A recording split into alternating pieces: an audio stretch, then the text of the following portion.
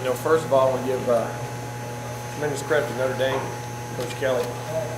They have a heck of a football team. Well coached, have a very, very good football team. But that was a tremendous environment for college football tonight, and it was a great privilege to coach in that game. It really was. I mean, when you coach college football, you dream of coaching in games of teams of that magnitude, that tradition, that history, and to go out there and just go toe to toe, have a slugfest, and be able to play in a game like that. It was a true privilege to coach in that, and a true privilege to coach the players that I'm coaching. There's a tremendous amount of heart and soul in that group. Simple as it sounds, your goals each week in college football are try to find a way to take steps forward and improve as coaches and players. I think we continually do that. We continually find ways to do that. Football is truly a team sport, guys. It's certainly made up of critical pieces and teams. And what we had to do at halftime was go back and get all those pieces functioning together. And we played, they outplayed us in the first half. But at the same time, it was a 17-10 game, which is a one-possession, one-score game, and we had chances.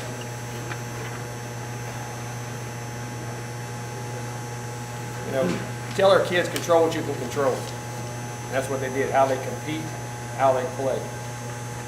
And I'm so proud to be able to coach them, and I think our fans, like I said, a special thank you to them tonight for that atmosphere and environment out there. But I think they're proud of the guys in that locker room, too, of how they compete and lay their heart and souls out there on the line each week for them. To me, that's what the true Seminole Spirit's about. It's what being unconquered is about. And, you hear me say this all the time. It's not about winning and losing, though, guys. It's really not. And I know everyone wants to hear that and think it's a cliche. It's not. It's about competing. It's about love, trust, and believe in each other, and competing for your teammate, and never quitting, and finding ways to persevere. The Navy SEALs have a saying for it. It's called find an excuse to win. We find excuses to win. You can say whatever you want.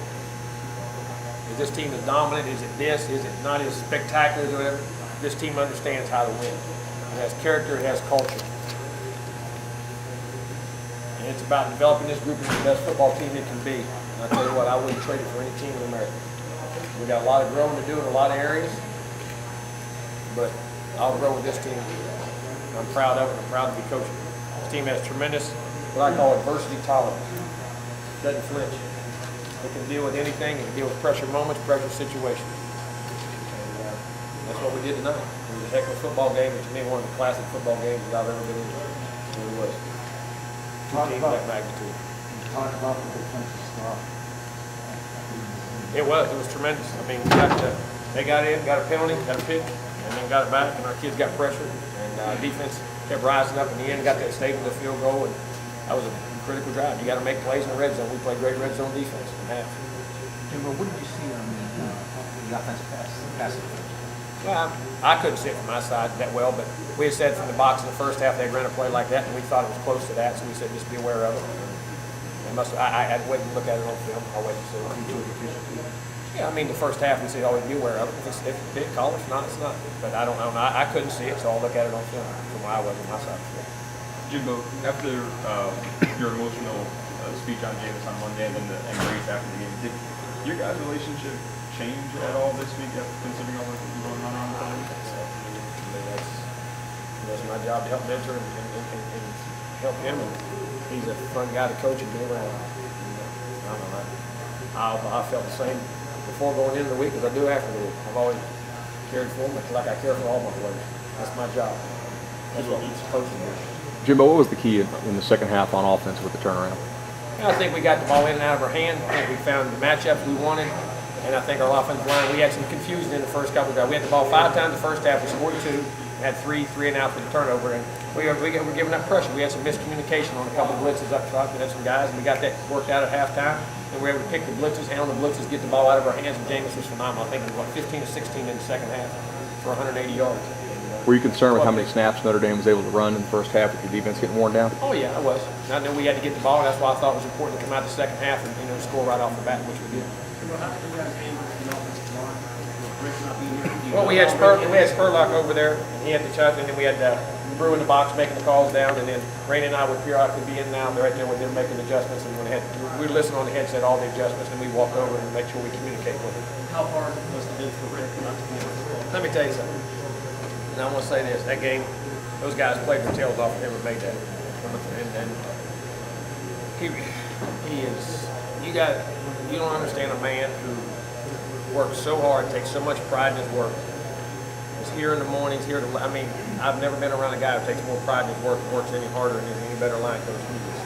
And he loves those kids. And when I talked to him today on the phone, and he broke down. He did. He cried. And that guy don't cry for nothing, because he felt he was letting me down and letting his team down and those kids down. I mean, from the tears. And he just, then he put the phone down and walked. That's him. He's tough and rough, but he cares. Those kids love him. They play hard for him. It was very special. I'm glad they were able to celebrate. I won that game and give that guy the game ball. That game was for him. Can you describe the scene at halftime, what you said, or what the mood was when you Just walked in and said, "Got your butts outplayed for a half." But here's the story: 17-10. We down one. You went down one series, one drive. You do two things. I don't have any magical words. I don't have any magical plays. I don't have any magical formula. It's about lining up and making your block, running your route, throwing the ball, doing what you got to do, stopping them on defense. There's no magical formula here. We talked about, we made some adjustments and things we thought would help us, but we got to go out and execute that plan. And I said, think about this: as well as you got outplayed in the first half, you're down one series, you're down one drive, 17-10. We got out, got the drive, got back in the game, got the momentum, and started playing our game. Got said confidence. you were angry or upset at all, or just No reason to be. That's football. That's sports, man. Sports is a marathon. It's not a sprint. Jimbo, the defense in the second half. Jimbo, the defense in the second half really picked it up. It sounds like. Is that more of a want to, or doesn't change? Both. I mean, we made some adjustments. Charlie made some adjustments, and then they wanted to. And they got a little pep in their step. And offense, we went out there and scored, got them off the field, and kept them scoring on our side. They see the momentum, and they got the play. What we do, our kids compete. They ain't gonna lay down. Just keep pushing. Jimbo Thomas got his first. I know. Yeah. It's great to have him back. As his role continues to grow, he's really going to help us in a lot of areas. You can see the athleticism and speed and size. Jimbo, satisfied? Yeah, Travis Rudolph didn't too bad either. He had a heck of a night. I don't know what he ended up with, but he played some big moments. He and shot at 8. Shot at another 100-yard day. 6 for 80 for him. Bobo played well. Nick, we got some balls to him. But it was a big day. Satisfying might be the wrong word, but are these wins Oklahoma State, Clemson, something like this? Are they? Oh, they're extremely satisfying. I mean, that's what you play for, man. You play a tough game to know how to win and how to compete. That's what you strive to get your program through all the time. To be able to persevere in playing games like this and to be able to win those kind of games. Everybody wants you to blow them out 6. That doesn't happen. It doesn't happen anywhere. That's what I love about our team and this organization. They have a lot of pride. They know how to win. And they can handle moments and adversity that comes to them. Coach, the crowd noise tonight was very good. The crowd was absolutely ridiculous in a good way. And I can't thank them enough for creating that atmosphere. If there's a better atmosphere in college football, I haven't seen it. Sure, you've been around a lot of teams that are Brazilian and push through, but given what this team has dealt with off the field and the close games out, have you seen the team quiet like this, able to push through that stuff? It's who they are. It's what they do. It's a special group. Have you had an emotional roller coaster like you did in that last drive? They had, 4th and 18. They picked that up. They had to put parent touchdown. You do, but that's why I say you have to process it and go to the next play. And our kids, they kept doing it. They kept doing it and stayed with them. And it was tough. There ain't no doubt. Coaching and playing. Is that their strength? They're able to do that. There's no doubt. There's no doubt. They understand it. Carlos didn't have a spectacular stat line, but he seemed like he really had made a difference. Big physical runs inside, picked the blitz up, and he did a great job in pass pro and got the ball, kind of made a couple nice catches. Just how he competed in the game, you saw.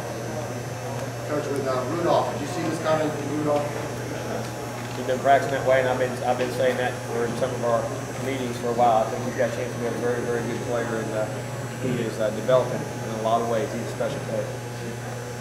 Dalvin Cook didn't start. Was that more, Coach, go- not sure with Carlos? Well, Carlos hadn't practiced as much, and Dalvin playing very well, so we rotate them both ways. Those guys, they don't care.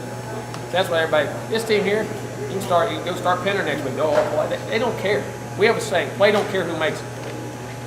They don't care. Just so somebody makes a play, now on their team makes it, they're cheering for them. When they get in, they'll make plays. That's the way they play, the way they think.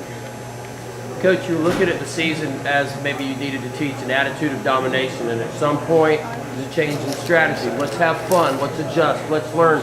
When did you know you didn't have what you had, and it was time to make an adjustment? No, I don't think we still have an attitude of domination, but it's attitude of domination in competing. And how do you compete is what we dominate, and that's what we do for 60 minutes. The goal seeker.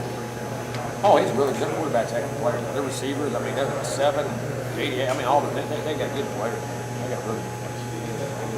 You touched on it. Can you appreciate the multi-conference game this season? You had two really good quarterbacks playing on the high. Oh, this guy's going back and forth. You know, somebody called 11 and and said this was Ali Frazier. Just in a slugfest, it's real in Manila, just stand there toe to toe. And that's what it felt like.